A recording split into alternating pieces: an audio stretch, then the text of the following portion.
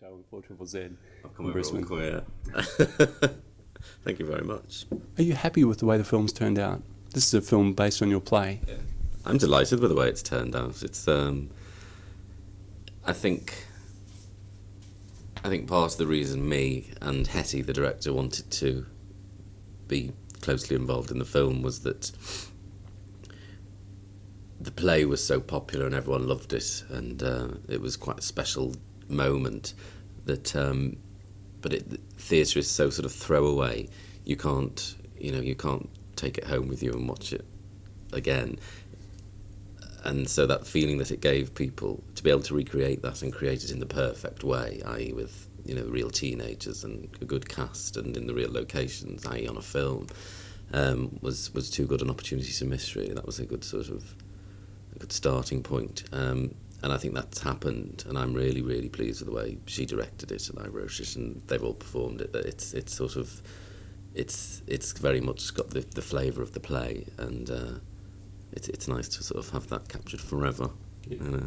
Well, it's important to have people who are realistic in the roles too. Like there was a film made by the American director who'd put Breaking Away together about bicycling, and he did a film Run of the Country based in Ireland.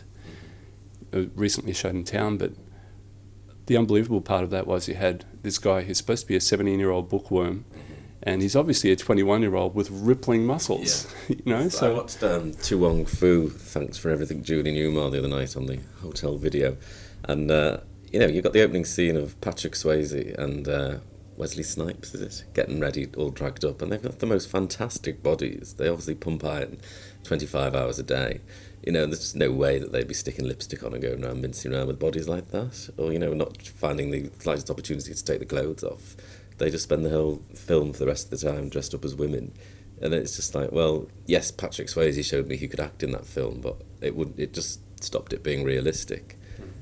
I had a lot of problems with that film anyway. I don't see why drag queens dress as women all the time. They certainly don't in England. It's all a laugh, and it's something they do in the evenings in clubs and in pubs, but they don't sort of go travelling around the country. It seems to be, certainly in Priscilla, Queen of the Desert, and in that it seems to be, well, the thing drag queens do is the first thing they do in the morning is they get up and they paint their face, and they get in an old car and drive 3,000 miles across the country. And that's my little rant over with.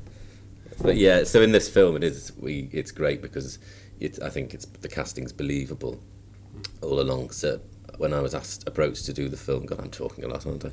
When I was asked to do the film by Film 4, who are the filmmakers, they set me out looking at different producers, and most of them, I think because the play was a success, but they were so used to film, they'd all say, do you want me to do that? They'd all say,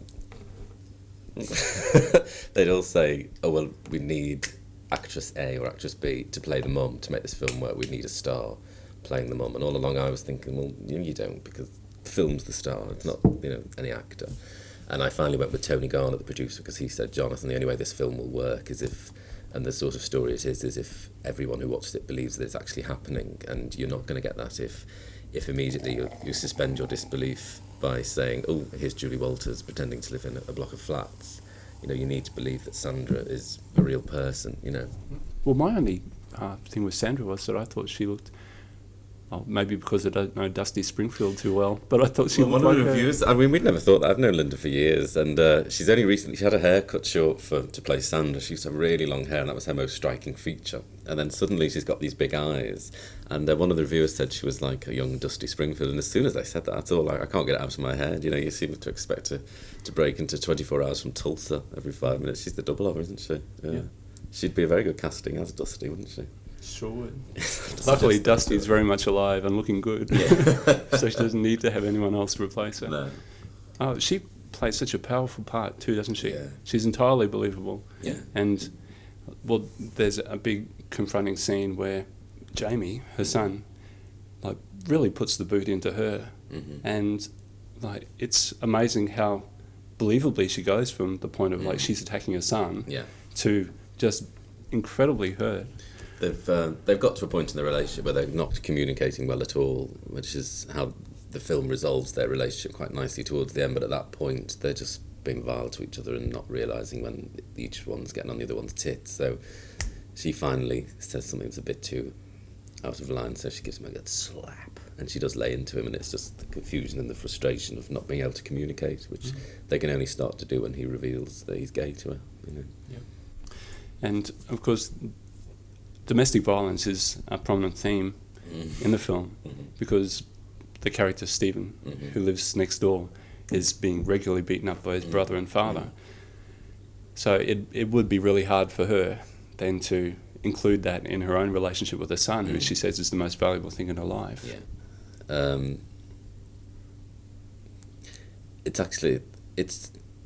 I never meant sort of child abuse to be an issue, really. I mean, it was sort of created to give an excuse for Steve to go and sleep next door, really, in order for the romance to start. But yes, I think it upsets her when she's done that, because, you know, she really is very critical of the regular beatings that Steve's getting next door, and although it's kept behind closed doors, she obviously knows enough about it.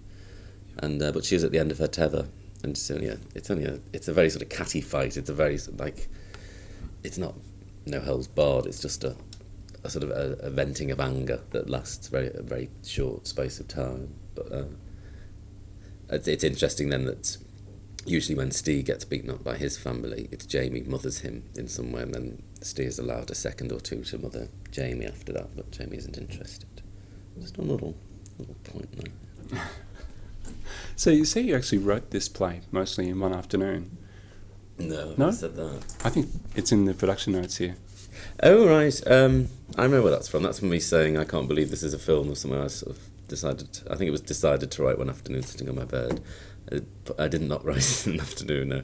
I wrote it in a few weeks, but it certainly wasn't as quick as one afternoon. But I tend to write things very quickly, and then there's usually a good year before anything gets produced, so in that space of a year you'll go back to it 2 or 3 times and think, oh, what's not working here? And so you do a bit more work on it. So if you actually counted the time together that it took to write, it would probably be, 5 weeks. It probably wouldn't be that long, actually. It'd probably just be a number of days if it was like the 24-hour clock was being used. But you need that breathing space in between to come back to a script you've just written and think, God, that page is crap, or that page is really good. Whereas if you've just written it, it all seems marvellous and nothing else could happen. And then you think, 6 months down the line, I think, but that's not working. What if this happened? And so although I write quite quickly, I do need the breathing space in between to fathom out what's going wrong and improve. Was that a bit of a comment on how domestic violence really is? Like, it's everybody's problem. Like, if that's a small part of the film, it's one of the many good points the film makes. I like the way it comments on how you don't need drugs to get your emotional life in order. In fact, it can just get in the way. And also, particularly, how there's no age of consent for love. Yes, definitely. I mean, that's part of the reason why I originally wrote it, about the age group that they are, which is supposed to be 15 and 16. Because at the time of writing it, the age of consent was 21 in Britain. It's now come down to 18, but it's still not in line with the 16 for heterosexuals. And in my eyes, if what they do is fall in love, it's not just about sex. Yes, sex is important to gay men, but it's the governments and that seem to think that it's all. And I think because in Britain most of the Conservative MPs have all been to boarding school, so they associate homosexuality, in inverted commas, with what happens when the lights are switched out and women aren't there. It's like it reeks of privilege and seediness, and I don't know, but so that when they're passing laws about that, that's their point of reference. Their point of reference isn't, falling in love for the first time with someone who's got a willy, if you've got a willy, or a fanny if you've got a fanny. Do you know what I mean? So that was a burning issue for me. I didn't want to do it in a banner waving way, but I did want to sort of convert people if to the fact that yes, it is about emotions and love and not just about sex. Yeah, it's certainly not a matter of growing up heterosexual and being converted to homosexuality. No, not at all. Yeah, I like the points too that it's the way people feel rather than what they are that's important. Yes. And because people might call you queer, like what happened with Jamie. Actually, my boyfriend Andrew had the same thing happen to him all the way through high school. He said that at one time he counted as he walked across the courtyard at school and he was called faggot or poofter 10 times before it got to the other side. The hard part from there is that, and I know a few people this has happened to, you don't know whether the feelings that you have when you start being attracted to someone of the same sex are as a result of being harassed at school, or were they inevitable anyway? It does create confusion. I never had that confusion myself, but having been a teacher now, and it never used to upset me too much being called a queer and whatever, but because I sort of knew I was, so I probably thought I deserved it. But it's like, it's just something everyone sort of goes through. If there's anything that singles you out as being a little bit different, whether it's, I know it's very different from wearing glasses, but you can get called names for wearing glasses. It does go much deeper than that. But I do think people do go beyond a point. Like, I've got a very close heterosexual male friend who I'm very, very close to, and when I went for a period without having a partner, he was the nearest I had to a boyfriend, of that male company. And I just know if we were at the same school, he would have beaten me up. When he was 15, he got kicked out of school for breaking his teacher's arm, and used to do racial beatings and queer bashing. But that was just something about them being different, and him and his self-esteem, and he's something he's worked through, which now allows him to have a close gay male friend. So I find it all confused, grey issues about the name calling and all that of teenagers. Yeah. Well, it can start younger than that. I was down at the local park last year, and there were these like 6 and 7 year olds practically out playing cricket, and one of them was saying, "Oh, yeah, I hit her harder than that, you girl, you puffed her." And to start at that age thinking that it's something bad to be, it's really tough. I remember I always used to play out with the girls in our street, and all my mates at primary school were girls, and one year at parents' evening, my mum and dad couldn't go because they were both working nights, and my grandmother went, and she came out, she went, "Jonathan, you've got to stop playing with the girls because people will start calling you sissy." And I remember thinking, well, they already do.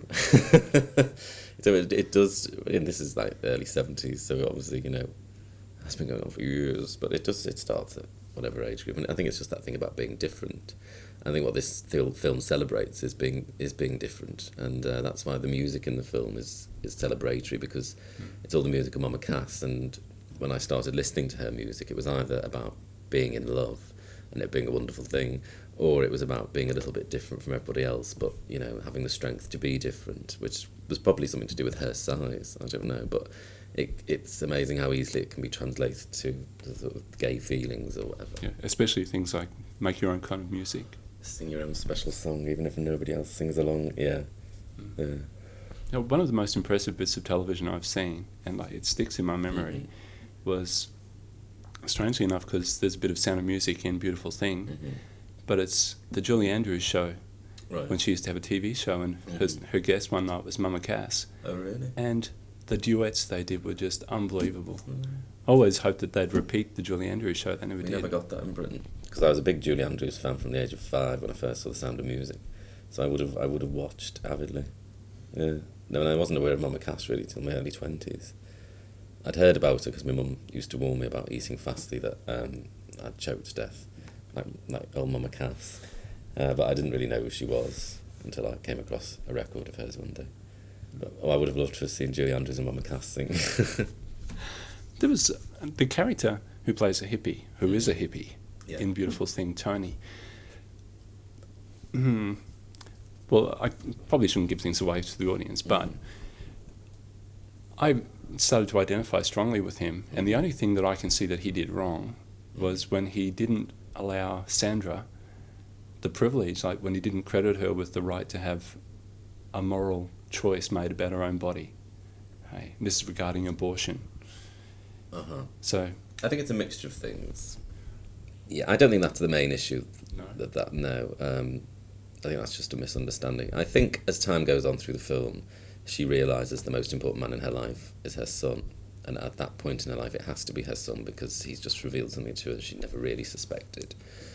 That, coupled with getting a new life and a new job prospect and moving house and all that, mixed in with Tony's sort of bumbling mistakes all along. And I think Tony could be anyone and she would have finished with him then. I think another issue is that she speaks before she thinks, and so she finishes with him without actually thinking it through, but just realising it was probably a good thing to do in retrospect.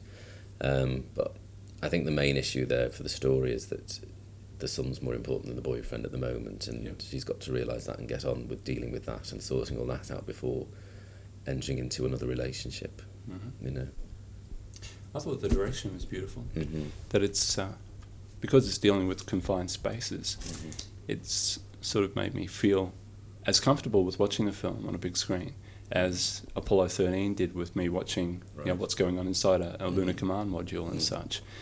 So that's a big effort. There's obviously lots of skill gone into putting the film together. Yeah, which is amazing really, because Hetty had never directed a film before.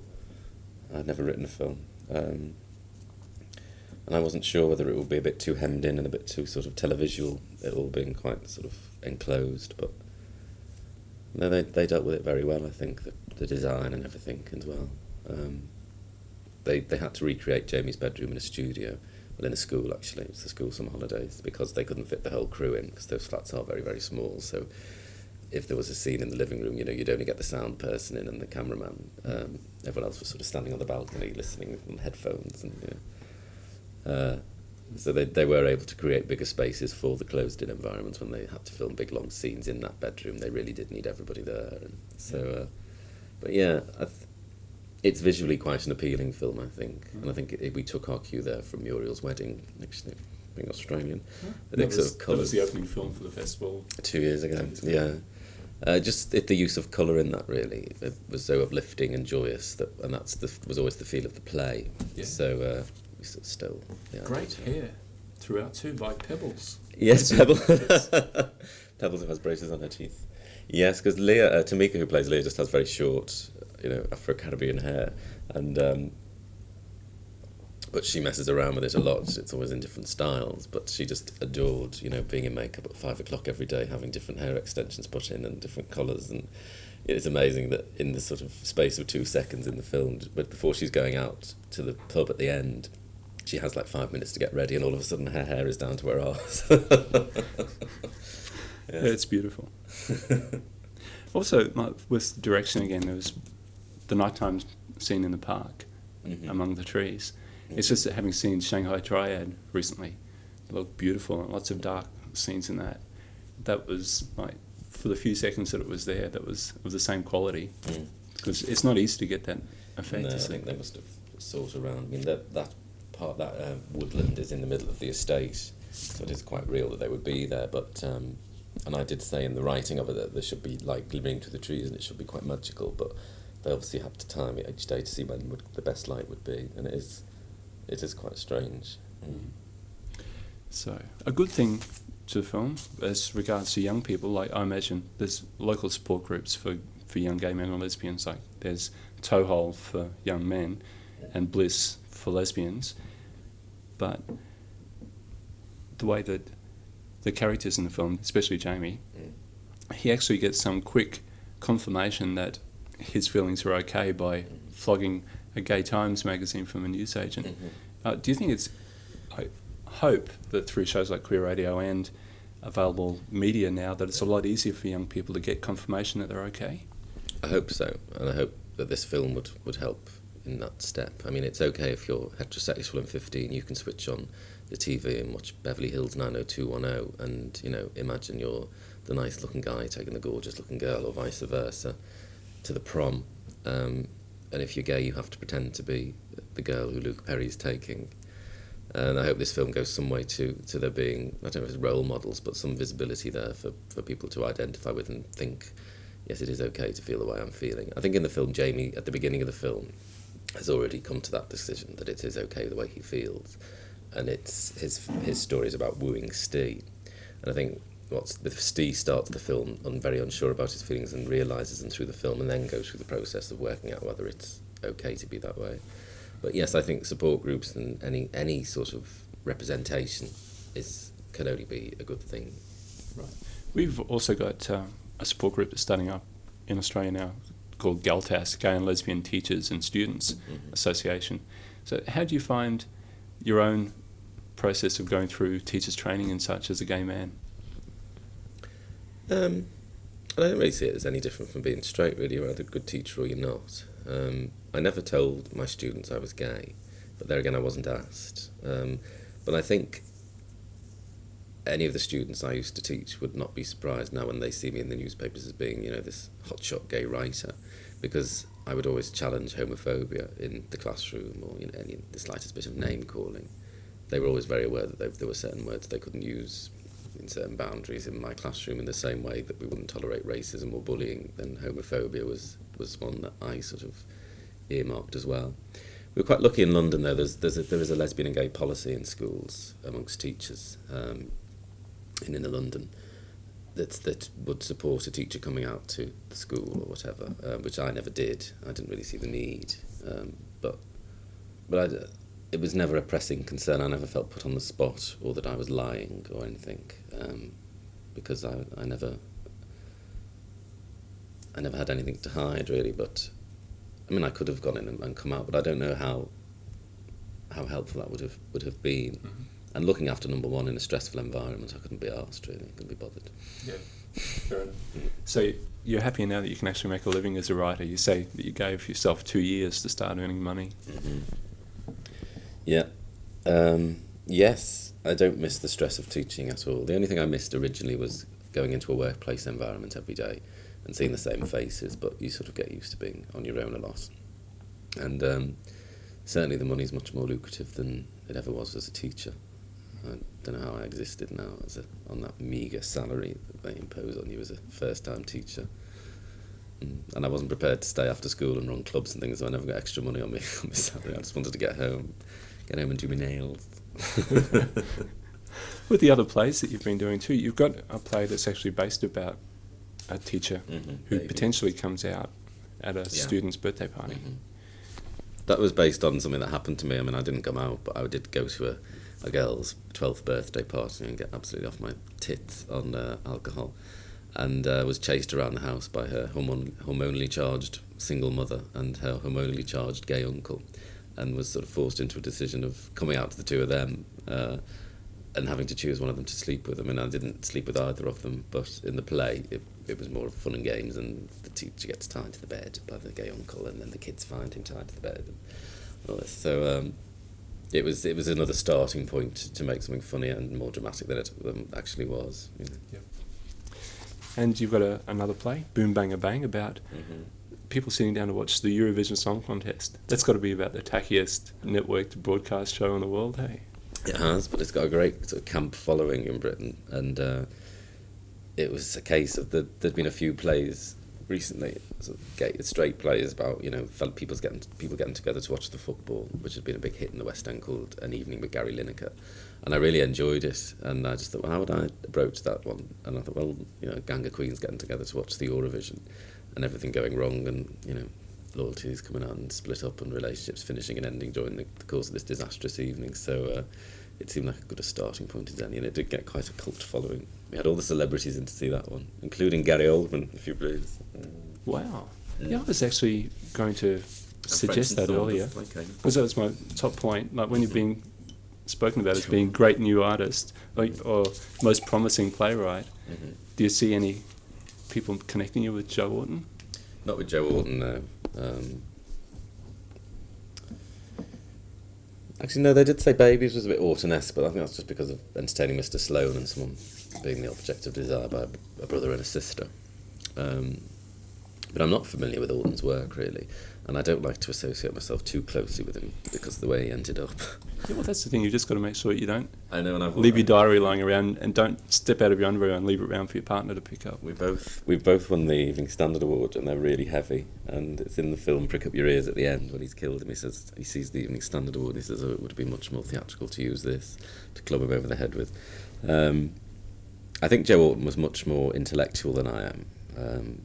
He certainly had a real good training in the classics and would mess around with those and subvert form and be interested in structure and things like that, whereas I've been likened to Mike Leigh in that it's all character driven stuff and it's quirky, and it's more interested in the relationships than actually bothering with the story, so yeah, but no, I've not really been likened to Mr. Orton. Okay.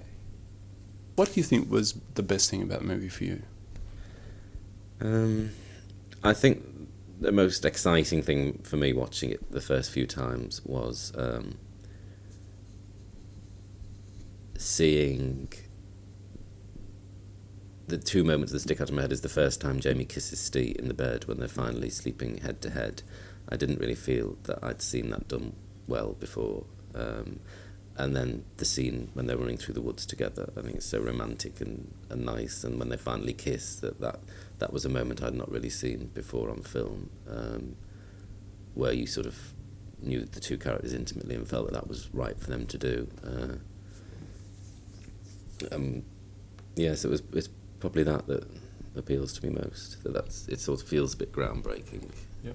Well, the main comment that I've heard, like Bruce from a classic where this film will be showing, as well as the Dendy in September, he was saying that it's just refreshing, and it is true. It's got lots to keep your head busy while you're watching it and afterwards, and really does make you want to go out and see it again. It leaves you with like a sigh in your heart. And apparently some people had said down south that the ending was a bit schmaltzy, but I think it's appropriate. It made me think that, you know, the Fred Astaire, Ginger Rogers song, Let's Face the Music and Dance. If that was a Mamas and Papas song, it would have been ideal. Yeah. I love the ending, and I love. It's only critics who don't like the ending. The general public love it, and it always sort of receives rounds of applause when Sandra and Leah take the dance floor as well. I think it's an empowering ending, you know, and I think it's grounded in a sense of reality that they feel they can do that on that day, the way they feel about each other with the nice sunshine and the music. But at the same time, it is fantastical, and it is more of a statement about coming out and being public about and open. But it's a lovely film to come in on the end of and answer questions, because it is a happy ending and people are usually in a good mood.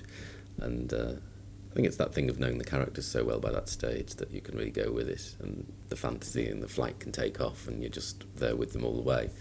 But as if it had a disastrous suicidal ending, then I'd hate to go in on the end of a film like that and have to sort of answer questions. I think everyone would have left by then, but people tend to stay and be nice to me. It's very nice. Great. Well, I would have liked tonight to be going to the Regent with my boyfriend to watch it, but he's committed to going to a friend's birthday dinner.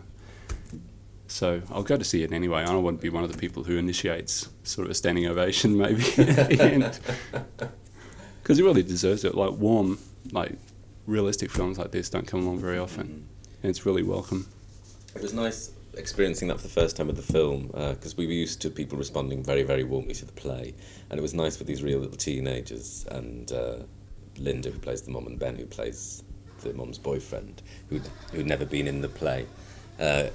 It was nice to sort of for them to experience that after reading the script and doing it, and not really knowing how people would react. When it was premiered at the London Lesbian and Gay Film Festival with a 2,000-seater audience of just queens and lesbians, and the response was just marvellous. There was a round of applause when the opening music started, So for those kids to sit there, they were just in seventh heaven, and we all got up and bowed, So it's been lovely. Although I sort of half expected that and hoped for it, because I wanted people to have the same reaction as they did to the play. For people who'd not seen the play and had yet been integral to the film, to suddenly get that warmth of enthusiasm was really special to watch, actually. That's great. Jonathan Harvey, thanks very much for having a chat to us. Pleasure.